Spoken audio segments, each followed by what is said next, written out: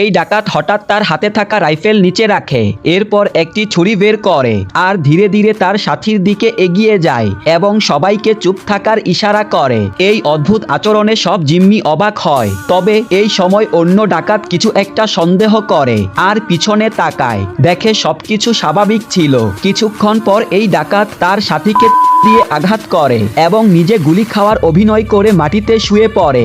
এখন জিম্মিরা আরো বেশি অবাক হয়। এরপর তৃতীয় ডাকাত বাথরুম থেকে বেরিয়ে আসে, জিম্মিদের মুখে ভয় দেখে। সে দ্রুত তার সঙ্গীদের দিকে ছুটে যায় আর এদের জাগানোর চেষ্টা করে। সে যখনই ফ্লোরে পড়ে থাকা ডাকাতকে পরীক্ষা করতে যায়, সে তার শরীরে কোনো ক্ষত পায়নি। এরপর সে বুকে মাথা রেখে চেক করতে যায়, কিন্তু সে জানতো না লোকটি ইতিমধ্যে চোখ খুলে ফেলেছে। এভাবে সে দুই ডাকাতকে খুব সহজেই টপকে দেয়। এরপর লোকটি তার মুখোশ খুলে ফেলে, তার এলোমেলো চুল ঠিক করে আর ডাকাতের পোশাক খুলে তা আলমারিতে রেখে দেয়।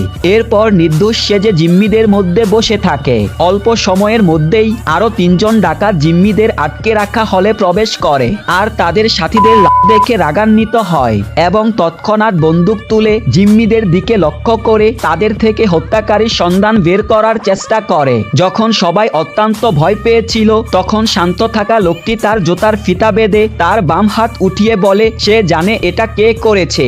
এরপর তাকে দুজন ডাকাত তাদের বসের কাছে নিয়ে যায়। এখন বস তাকে বলে যদি সে হত্যাকারীকে খুঁজে বের করে তবে তাকে এখান থেকে ছেড়ে দিবে।